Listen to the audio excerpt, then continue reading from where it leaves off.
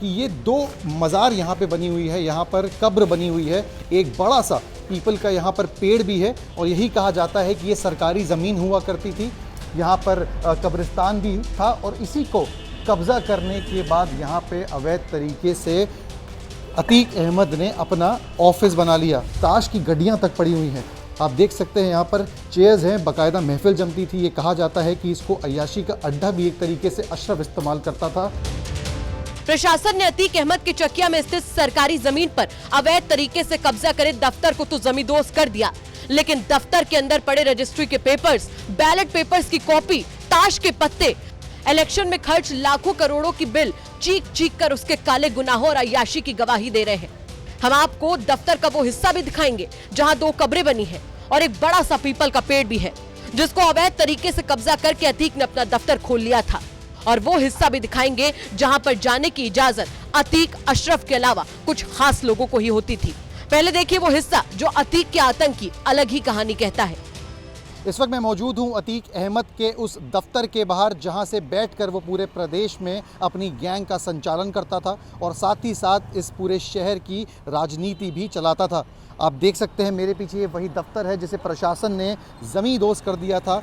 चकिया इलाके में पूरा ये दफ्तर है, ये बड़ी सी बिल्डिंग जो मेन रोड पर है, जहां से बैठकर सभी गैंग मेंबर्स की बैठक भी हुआ करती थी। पॉलिटिकल दफ्तर इसे वो कहता था, लेकिन सही मायनों में यहाँ पे कभी भी लोगों को उठा के ले आना और कभी अपनी मनमर्जी से चीज़ें करना। और समय ऐसा था कि जो पुलिस थी वो भी एक समय पर यहाँ पे आँख उठाने से डरती थी, अंदर आने से डरती थी, लेकिन सरकार ने इसे सरकारी ज़मीन का हवाला देते हुए, इसको अवैध बताते हुए इसको पूरा ज़मींदोज़ कर दिया। लेकिन क्या चलता था इस पार्टी दफ्तर के अंदर वो हम आपको आज दिखाएंगे, क्योंकि ज़मींदोज़ करने के बाद इसका कोई भी यहाँ पे आदमी नहीं है जो यहाँ पे आके जो संभाल रहा हो इस पूरे दफ्तर को। मैं आपको दिखा दूँ सबसे पहले कि ये दो मज़ार यहाँ पे बनी हुई है, यहाँ पर कब्र बनी हुई है, एक बड़ा सा पीपल का यहाँ पर पेड़ भी है और यही कहा जाता है कि ये सरकारी ज़मीन हुआ करती थी। यहाँ पर कब्रिस्तान भी था और इसी को कब्ज़ा करने के बाद यहाँ पे अवैध तरीके से अतीक अहमद ने अपना ऑफिस बना लिया। हम चलेंगे पीछे, ये ठीक पीछे का यहाँ पे दरवाज़ा है, अगर मैं आपको दिखाने पाऊँ कि क्या स्थिति है इस वक्त यहाँ पर, तो ये वो बैठने का एरिया है जहाँ पर लोग आते थे, बैठते थे। और हम लोग जब अंदर गए, पड़ताल करी, तो कई ऐसी चीज़ें सामने आई जिसको देखकर विश्वास नहीं हुआ। सबसे पहले मैं आपको दिखाना चाहूँगा यहाँ पे ये बैलेट पेपर्स जो हैं वो रखे हुए हैं। अब ये अपने आप में कई सवाल खड़े करता है कि कैसे पूरे बैलेट पेपर बाकायदा लिस्ट के साथ, एक एक नाम के साथ यहाँ क्या कर रहे हैं। इससे कई सवाल खड़े होते हैं, क्या इलेक्शन के समय पर बैलेट पेपर्स की प्रिंटिंग करी जाती थी और यहाँ से फूल सभा जो लोकसभा है जहाँ से अतीक जो है वो लड़े थे, वहाँ का ये बैलेट पेपर है। और ऐसी कई तस्वीरें अंदर आपको देखने को मिलेंगी जो अपने आप में कई बड़े सवाल इकट्ठा खड़ा करेगी। आप देख सकते हैं यहाँ पे ये बसपा का जो है वो पोस्टर है, जब भारतीय बहुजन समाज पार्टी में अतीक था उस टाइम पे पोस्टर है। यहाँ पर ताश की गड्डियाँ तक पड़ी हुई हैं, आप देख सकते हैं यहाँ पर चेयर्स हैं, बाकायदा महफिल जमती थी। ये कहा जाता है कि इसको अय्याशी का अड्डा भी एक तरीके से अशरफ इस्तेमाल करता था। ताश पड़ी हुई हैं, यहीं पे बैठना, यहीं पे जब मन करे अपने दोस्त, अपने गुर्गों के साथ आना और जो मन आए वो करना। ये अंदर का एरिया है जहाँ पर अलमारी और कई इंपॉर्टेंट कागजात हैं वो रखे हुए हैं। जब अलमारी को हमने देखा तो ये भरी हुई थी उन कागजात से, अलग अलग कागजात। चाहे आप देखेंगे इलाहाबाद विधानसभा के इलेक्शन हो, उसमें क्या कौन कैंडिडेट रहेगा, कौन नहीं रहेगा। कुछ रजिस्ट्री के पेपर्स भी हमें यहाँ मिले, वक्फ बोर्ड की इसमें जिक्र था, सुन्नी सेंट्रल वक्फ बोर्ड। ये सवाल खड़े करते हैं कि ये रजिस्ट्री के जो पेपर्स हैं वो यहाँ पर क्या कर रहे हैं।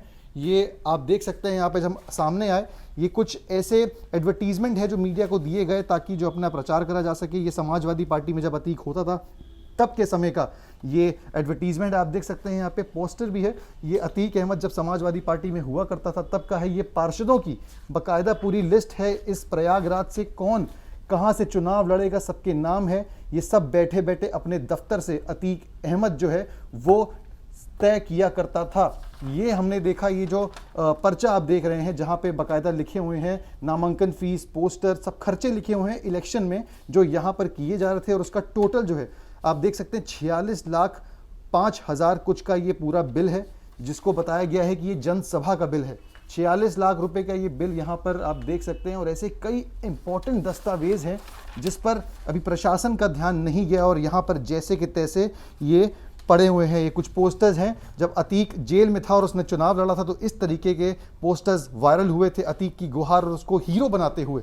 पूरे प्रयागराज में इसी जैसे पोस्टर्स बनाए गए थे। ये एक इलाका है जिसे आगे से तो ज़मींदोज कर दिया गया प्रशासन ने, लेकिन पीछे जो भी काला धंधा और जो भी काम यहाँ पे कृत्य चलते थे उस पर अभी प्रशासन का ध्यान नहीं गया है। इसमें से अगर आप देखेंगे तो कई ऐसे इंपॉर्टेंट दस्तावेज हैं, चाहे वो इलेक्शन का नामांकन हो, चाहे वो बैंक डिटेल्स हो, रजिस्ट्री हो, सब कुछ यहाँ पे जैसे का तैसे अभी पड़ा हुआ है। वही अब आपको लेकर चलते हैं अतीक के ऑफिस के उस दूसरे हिस्से में जहां पर आम लोगों की आने की इजाजत कतई नहीं थी। यहां सिर्फ और सिर्फ वकीलों, गैंग के मेंबर्स और खास लोगों की जाने की ही इजाजत थी। वहां से अतीक और अशरफ के केसेस की हजारों पन्नों की फाइलें, एनएसए की फाइलें, जिलाधिकारी के ट्रांसफर के लिए सीएम को पत्र, ये तक मिला। कहा तो यहाँ तक जाता है कि यहीं पर अशरफ बैठकर मुजरा तक देखा करता था। इस वक्त हम मौजूद हैं अतीक अहमद के दफ्तर पे, उस दूसरे हिस्से पे जहां पर आम लोगों की आने में मनाही थी और यहाँ पर सिर्फ अतीक अहमद और अशरफ के खास लोग, उनके गुर्गे ही आ सकते थे या फिर वकील। मैं आपको बता दूं कि ये जो एरिया आप मेरे पीछे देख रहे हैं, अगर आपकी नज़र जा रही है तो सामने जो फाइल्स यहाँ पे हज़ारों की संख्या में पड़ी हुई हैं, ये अतीक अहमद और अशरफ अहमद का काला चिट्ठा है।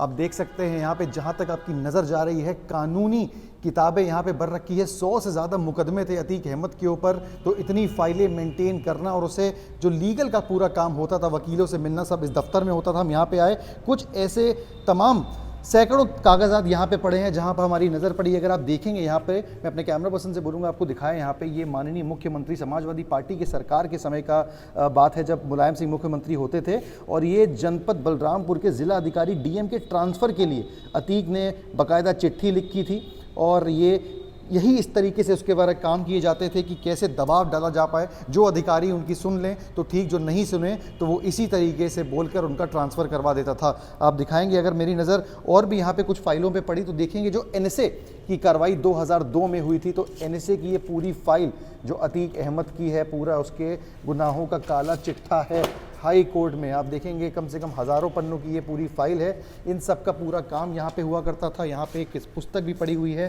संसद से लेकर सैफई से संसद तक। ये जब उस समय का है जब मुलायम सिंह सरकार से अतीक अहमद जुड़ा था और उसकी तूती बोलती थी पूरी सरकार में। अंदर अगर आप आएंगे, यहाँ से अगर ये कानूनी जो दावपेच है, इसकी फाइलें हैं, इससे नज़र हटा के आप अंदर आएंगे तो ये जो कमरा है, यहाँ पर वकीलों को भी आने की अनुमति नहीं थी। ये सिर्फ उनके लिए था। अशरफ जब अपने दोस्तों के साथ, ऐसे कई मुकदमे अशरफ पर दर्ज थे जहाँ पर वो लड़कियों को उठा के यहाँ ले आया करता था या फिर उनके साथ कोई ऐसा कृत्य करने की कोशिश करता था, जिसके बाद कई मुकदमे उसके ऊपर लगे। आप देख सकते हैं यहाँ पे ये लोगों के बैठने का राउंड शेप में ये गद्दे अद्दे लगा के, सूत्रों का बताना है कि यहाँ पर कभी कभार अशरफ जो है वो मुजरा तक देखा करता था। एक हिस्सा ये है, एक हिस्सा सामने जैसे पूरी महफिल लगती है, लोगों की बाकायदा चारों तरफ, तीनों तरफ लोग बैठते हैं और बीच में जो है वो मुजरा या फिर नाच देखने का शौक अशरफ को था। ये वही कमरा है। आप देख सकते हैं सामने भी यहाँ पर वो बैठने का पूरी सिस्टम है। आप सामने देखेंगे यहाँ पर लोग बैठने के लिए, उनके स्थान के लिए ये पूरी जगह है। तो एक तरीके से कह लें तो ये दफ्तर सामने सामने से था, और अगर ऊपर आप आते हैं, पीछे के हिस्सों में आप आते हैं, तो ये एक तरीके से अय्याशी का अड्डा अशरफ की और अतीक अहमद के गुनाहों का जो एक अड्डा था, वो ये घर था जो सरकार ने ज़मींदोज़ कर दिया है, क्योंकि इसे अवैध बताया गया था और कहा गया था कि ये सरकारी ज़मीन पर बना हुआ है। तो अतीक के काले चिट्ठों के साथ इस ज़मीन का भी अंत होता हुआ दिखा। अतीक के साम्राज्य का भले ही अंत हो गया हो, लेकिन उसके इस दफ्तर में मिली चीजें उसकी काली करतूतों की अलग ही कहानी कहती हैं। प्रयागराज से सिमर चावला की रिपोर्ट, यूपी तक।